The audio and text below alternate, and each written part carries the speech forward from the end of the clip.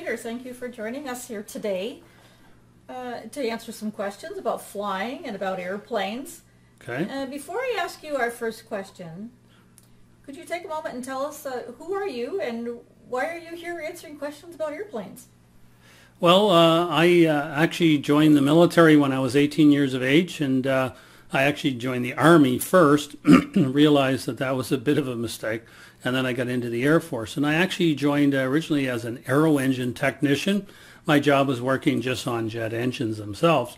Then partway through my career, the military decided that they wanted to align our trade the same way as the civilian world was. And so in the civilian world, you have your aero engine and your airframe and the electricians all together under one trade. So I ended up teaching the engine phase to all the airframe and electricians throughout the base, and then ended up working at the school there until I retired. And then from there I became a technical writer and a technical trainer. I've developed training programs for airplanes, and presently I'm working in the automotive industry as a trainer and a technical writer. So wow, so you worked both in our military and in the civilian world. Yes. In all your experiences. Well, thank you for your service. We always appreciate our military.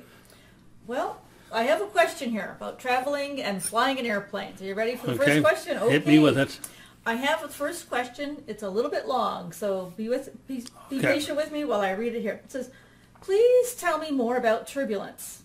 I've been told by my parents it's nothing much to be concerned about, and I heard a short explanation of it once, but I'm a bit confused. It said there's things the pilot and the air traffic controllers can easily do to avoid turbulence during takeoffs and landings. But what I'm wondering about is why there's some turbulence when I'm way up above the clouds in the airplane flying and the weather seems okay outside. Where is the air current coming from, and why does the plane go up and down a bit? Okay, that's what she wrote. Okay, those are what we call clear air turbulence, or CATs. Up above the clouds? Well above the clouds. Okay. We're talking around 23,000 feet and higher. All around the globe or around the Earth, we have air currents that are going. And sometimes the faster air currents run into slower air currents. And so that's what causes that type of turbulence at a higher altitude. I don't know if you necessarily feel it too much in the airframe, but for sure you would feel it on the wings. You'll see, look out the window and you'll see that the wings are kind of flexing up and down. And that alone is not really an issue. The manufacturers, long before they ever start producing airplanes, do what we call a bend test, where they take the wings after they've been attached to the wing box and they stretch them and then pull them, and they can bend these things almost 90 degrees, but usually their requirement is around 150% of whatever the turbulence are that they would ever see in real life as they're flying. So that's why, and especially the CAT turbulence are not anything to worry about. The minor amount of flexing that you would see in there is nothing compared to what they have put those wings through during the normal testing. Wow. If I looked out the window, would I actually see the wings flexing up and down a bit? Or would that be so minor I might not see it? No, you would actually see it, but that's actually a good thing, because if it was rigid, then there is a chance that something would break. But in actual fact, because they are so flexible, that, adding like a little bit of a flex onto those wings is nothing. It's not going to hurt anything. So really, when it comes to turbulence, the only time people ever really get hurt is if they're not in their seats, in their seat belt, and they would fly up and maybe hit the roof, or some of the luggage would come down. That's generally how people get hurt. So if you're sitting, keep your seatbelt on and you'll be totally fine. I've experienced turbulence and people did not have their seatbelt on and nothing really happened. They just quickly put their seatbelt on. Yeah. I've been in significant turbulence. I've not actually seen anybody do anything that looked dangerous, but yeah, I could see that happening. Somebody was saying online that it's interesting that we go out to our car and the first thing we do is we put our seatbelts on, and then we're driving down the road going maybe 60 miles an hour and we're all buckled in. And yet here we are on an airplane going 600 miles an hour.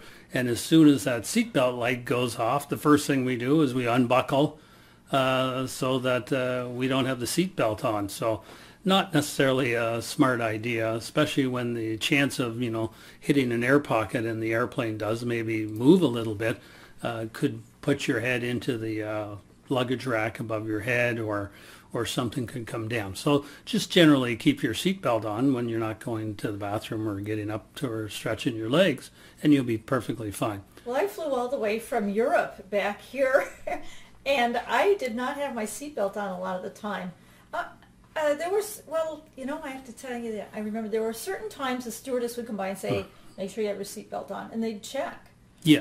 So I guess kind of listen to the stewardesses. If they, Absolutely. Yeah. And one of the things that I've learned through my years of traveling is that if the pilots are telling the air crew to go and get in their seatbelts, they're expecting some turbulence that are probably not going to be really good.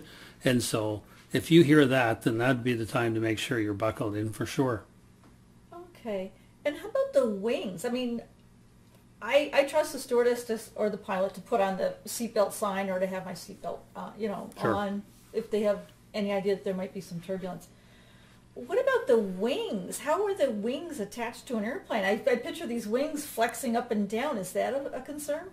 Well, they do flex, and that's the whole point of it. But how are they attached to the main part of the airplane? Well, they're not actually attached to the airplane. That's the one thing that a lot of people don't realize. It's not actually stuck to the side of the airplane. At the very bottom of the airplane is what we call a wing box, and wing box is a kind of a box where the wings themselves attach to, and once the wings are attached onto the wing box, then they become almost like a solid one piece, like a boomerang. There'll be one solid piece. Once that is put together, then they put the fuselage and the cabin and everything on top of it. So the wings are actually all together in one sort of series with the wing box, which is just above the landing gear. And then the wings are attached to it, and then the airplane is attached on top of that. So the wings and the wing box are, like I said, one big large unit, and they are not part of the airplane itself, or not part of the fuselage. So as you're talking, I'm thinking about if I go to the dollar store and I get like a little toy glider, and there's a wing piece. It's all one long piece that goes through a little slit through the middle of the little airplane. So is it kind of sort of like that, where the wings are actually all kind of like, they're not like taped on, or they're not attached to the outside of the airplane. They actually kind of go into the aircraft. They go into, They're in, so the wing box is situated right at the very bottom of the fuselage, and then there's an attachment point on either side for the left wing and for the right wing. And so they are put together. There's bolts that are put on there and stuff, and it's pretty solid.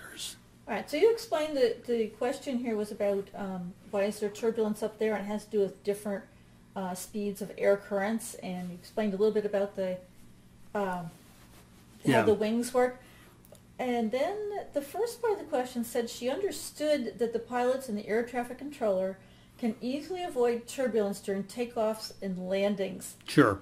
Yeah, I would imagine. Yeah. Maybe you could briefly say something about that, but I've never actually experienced any problems there. They must have that taken care of. Yeah, and what they're talking about are what they call wake turbulence. Wake turbulence are the turbulence that are coming off the wings. So as the airplane is flying through the air, it starts to create little spiral air currents off the wing tips themselves. So if you were behind that airplane and you're flying into that, then you'll start getting a buffeting that's going on where the airplane will kind of do that. So how they take care of that is the airplane that takes off in front of you, usually they wait a minute or so, and that allows those wake turbulence to get blown away before your airplane takes off. Then in the air, if you're flying in the air traffic controller's job is then to make sure that the airplanes are 5 miles apart or 1,000 feet apart. And again, this will aid in keeping the wake turbulence from being a problem. It's really more of a problem when you have a large airplane like a 747 and then coming in behind it is like a corporate jet.